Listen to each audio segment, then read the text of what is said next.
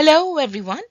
We are now going to study the graphs of the cosecant and the secant function, which are the reciprocals of the sine function and the cosine function respectively. We write it here in equation form as cosecant of x equals 1 divided by sine of x, and secant is equal to 1 divided by cos of x. The vertical asymptotes of both the cosecant and the secant graphs will be located at the x-intercepts of their respective reciprocal functions.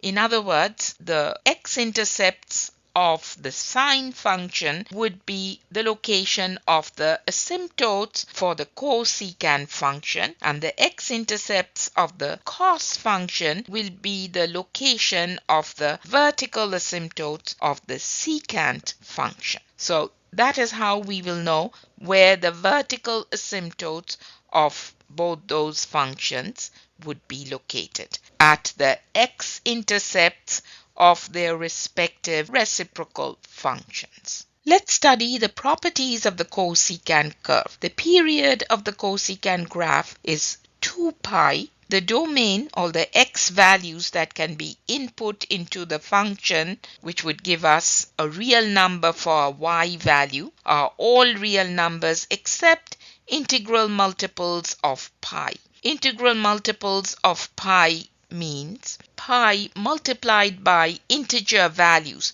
Therefore, 1 times pi, 2 times pi, 3 times pi. On the negative side, that would be negative pi, negative 2 pi, negative 3 pi, and so on. And at those integral multiples of pi, the vertical asymptotes of the cosecant function would be located as shown in this picture here. The range of the function, the y values that we can get from the function, would be all real numbers y such that y is less or equal to negative 1 or y is greater or equal to 1. In interval notation, it's written as negative infinity comma negative 1, and then that's closed with a square bracket, union 1 comma positive infinity. All right? Let's study the behavior and the shape of the graph between one period, which is 0, and 2 pi. We see that even though we have one full period of 2 pi, the graphs are not continuous graphs. These blue curves are those of the cosecant function, but these are not continuous. They are disjointed. There are two separate graphs within this period, correct? So let's look at the graph between 0 and pi. Between that interval, the graph is an upturned U-shaped graph. As we move from 0 to pi over 2, we see that the y values drop until at pi over 2 it reaches a value of 1, which is the peak of the sine function graph shown in dashed lines. And then as we go from pi over 2 to pi, the y values again increase, go up to positive infinity as it goes towards the vertical asymptote at pi. Between pi and 2 pi, we see all the y values are negative. It's a downturn graph. From pi to 3 pi over 2, the negative values increase until it goes up to negative 1 at 3 pi over 2. The y value is negative 1, and then between 3 pi over 2 and 2 pi, the y values drop to negative infinity. So this is how the cosecant function graph looks like and behaves within one period. All right? So just to continue a little more on the cosecant curve, the vertical asymptotes of the cosecant curve are at integral multiples of pi. We already saw that before. Integral multiples again meaning pi multiplied by integer values, positive or negative. Therefore, we see the vertical asymptotes at 0 and then pi and then 2 pi. On the negative side, it's negative pi, negative 2 pi, and so on. Also, the cosecant function is an odd function. That means when we replace the x values by its corresponding negative values, the y values all become negative. So look at this here between 0 and pi, which are positive x values. The y values are all positive. When we replace the x values by their corresponding negative values on the negative side, all the y values are negative. So cosecant of negative x is equal to negative cosecant of x with symmetry at the origin. We will now study the secant curve. The secant function is the reciprocal of the cosine function. In the picture here, we see the graph looks pretty similar to the cosecant curve. However, the asymptotes of the secant curves are located at different locations than it was for the cosecant curve. Let's go through the properties of the secant curve here. The period is 2 pi, which is the same as the cosecant curve. The domain, that means all the x values that could be input into the function, would be all real numbers except odd multiples of pi over 2. Odd multiples of pi over 2 means pi over 2 multiplied by odd integers. That's 1 times pi over 2, 3 times pi over 2, 5 pi over 2, 7 pi over 2, and so on the positive side. On the negative side, it would be negative pi over 2, negative 3 pi over 2, negative 5 pi over 2, and so on. And at the odd multiples of pi over 2 is where the vertical asymptotes of the curve would be located. The range of the function is all real numbers y such that y is less or equal to negative 1 or y greater or equal to 1. In interval notation, that's negative infinity to negative 1 inclusive union positive 1 inclusive to positive infinity. Let's study the behavior of the graph as shown in this picture here. One period of the graph would be between negative pi over 2 and 3 pi over 2. That represents a stretch of 2 pi, which is the period of the secant curve. So we have 3 asymptotes between this interval, one at negative pi over 2, the other at pi over 2, and then 3 pi over 2. Between negative pi over 2 and 0, or origin, as we move from negative pi over 2 towards x equal to 0, we see that the y values start dropping from infinity all the way down to positive 1, and then between 0 and pi over 2, the y values start increasing all the way up to positive infinity again. Now between pi over 2 and 3 pi over 2, as we move from pi over 2 towards x equal to pi, we see that the values start from negative infinity on the left hand side. The values start increasing until it gets to negative 1 for y, and then the values start decreasing again as we move from x equal to pi to x equal to 3 pi over 2. The values start decreasing again all the way down to negative infinity for the y values. All right, so that is how the curves are shaped and how the function behaves within that one period of 2 pi between negative pi over 2 and 3 pi over 2. And then after that, the same structure will start repeating for different intervals. All right. Let's continue with the properties of the secant curve. We've already said that the vertical asymptotes of the secant graph would be at odd multiples of pi over 2, which means at 1 times pi over 2, 3 times pi over 2, 5 pi over 2. On the negative side, that would be negative pi over 2, negative 3 pi over 2, negative 5 pi over 2, and so on. The secant function is also an even function, which means that if if we replace the angle values input into a secant function with its corresponding negative values, then the y values do not change. The y values remain the same whether the angle value is a positive value or a negative value. So that's what we mean by even function. Secant of negative x is equal to whatever secant of positive x was with y-axis symmetry. Now there's a relatively easy way of drawing the cosecant curve if we can first draw the sine curve for the same function. Once we have the sine curve, we can use that to draw the cosecant curve. Let's work through an example on how to go about doing that. It says here that use the graph of y equals sine of x plus pi over 4 to obtain the graph of y equals cosecant of x plus pi over 4. So the suggestion is first draw the sine curve for the same angle measure, in this case x plus pi over 4, which they've done here in this picture.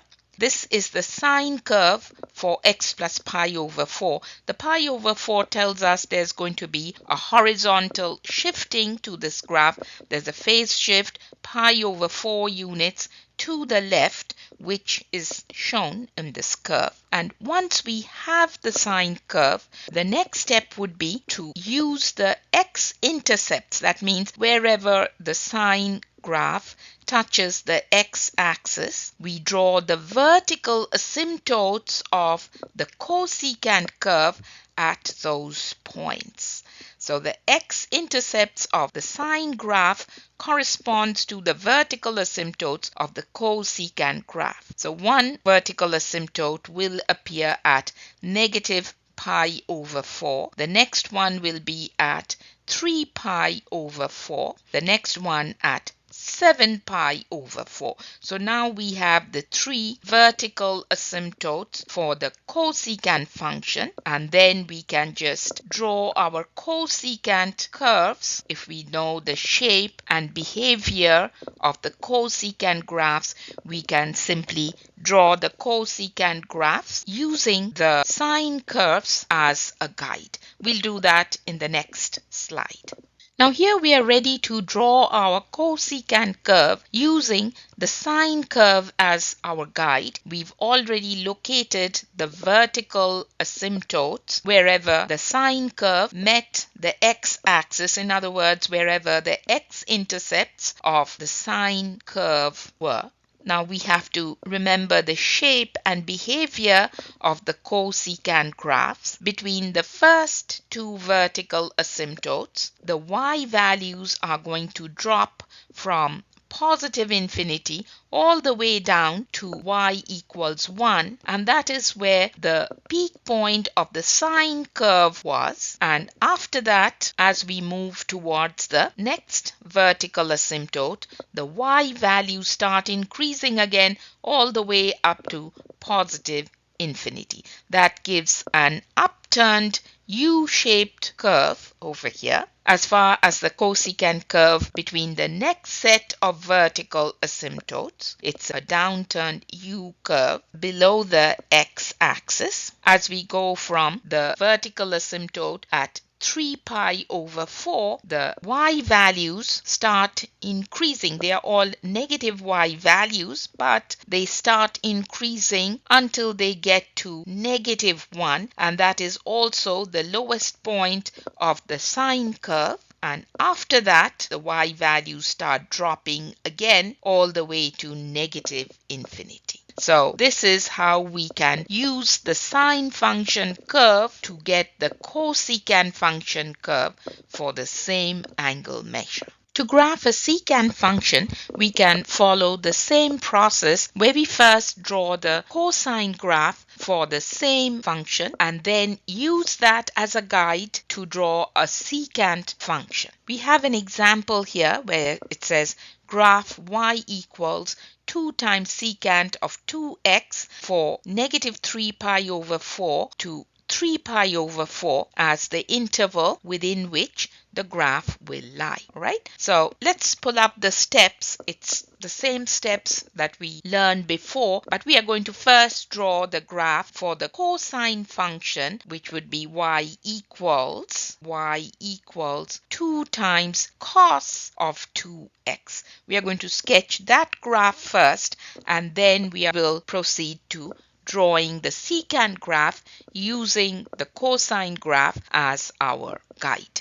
So we begin by graphing the reciprocal function, which is y equals 2 times cos of 2x. And the first step is to find the amplitude, then the period. If you recall, that's how we learned how to sketch the cosine graph.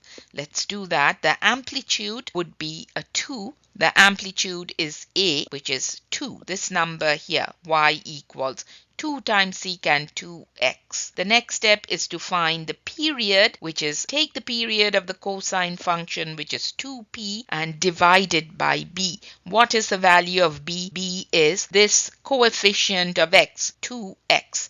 So here we go.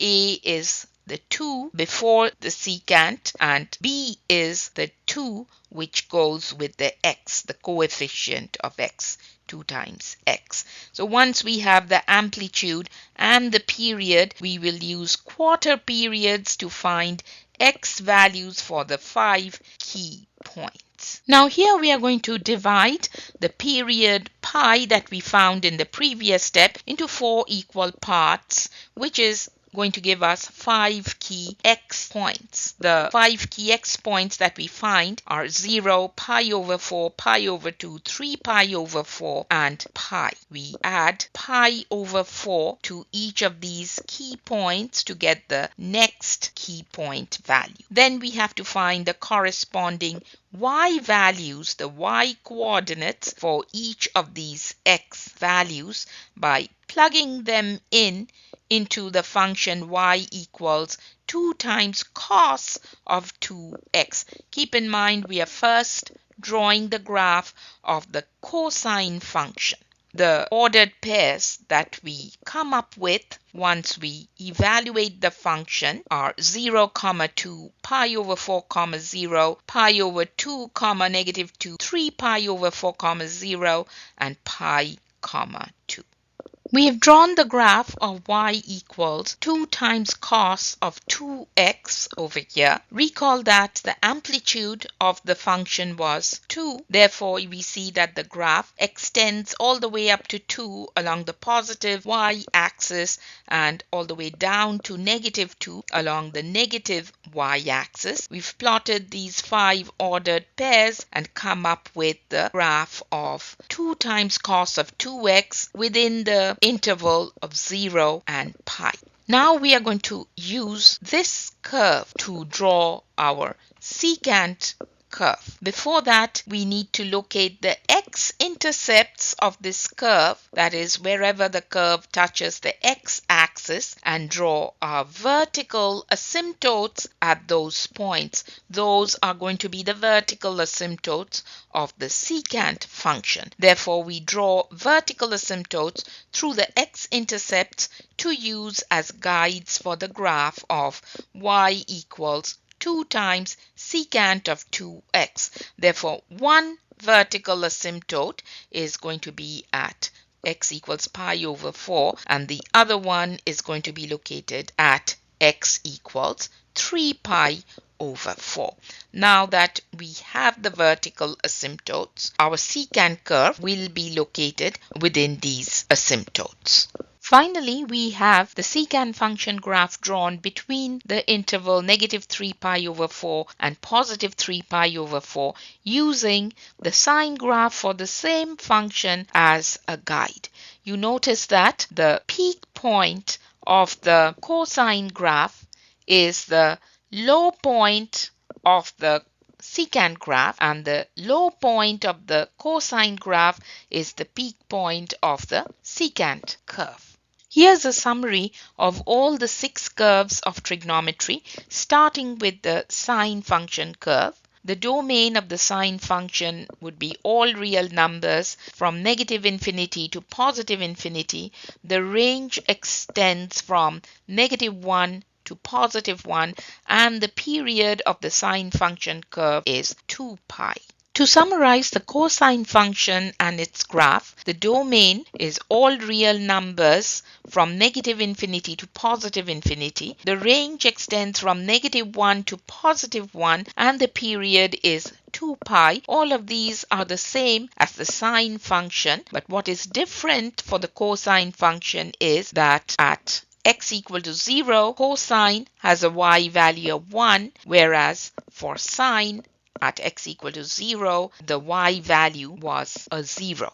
All right, so the y values for the corresponding x values are different for cosine than it was for the sine function. Therefore, the graph is going to be a little bit different from what the sine function graph was. For the tangent function, the domain is all real numbers except odd multiples of pi over 2, and that's where the asymptotes of the curve is, because the tangent function has undefined values for y for different x values. Those x values are essentially odd multiples of pi over 2. Range are all real numbers, and period is pi units. And here's the shape of the tangent function graph within each period. This is the cotangent function and its graph. The domain is all real numbers except integral multiples of pi, and that's where the vertical asymptotes of the cotangent graphs are. The range would be all real numbers. The period is pi. For the cosecant graph, the domain is all real numbers except integral multiples of pi. Again, that's where the vertical asymptotes of the graph would be located. The range extends from negative infinity to -1, inclusive union +1 to positive infinity. And the period of the graph is 2 pi. Here's the shape of the cosecant graph. It's an upturned U within the first set of vertical asymptotes and a downturned U below the x-axis within the second set of vertical asymptotes. Finally, the secant curve has domain all real numbers except odd multiples of pi over 2, where the vertical asymptotes would be located. The range is from negative infinity to -1 inclusive union +1 inclusive to positive infinity. The period is 2 pi. Again, the shape of the curve is an upturned U within the first two vertical asymptotes and a downturned U below the x-axis between the second set of vertical asymptotes. All right.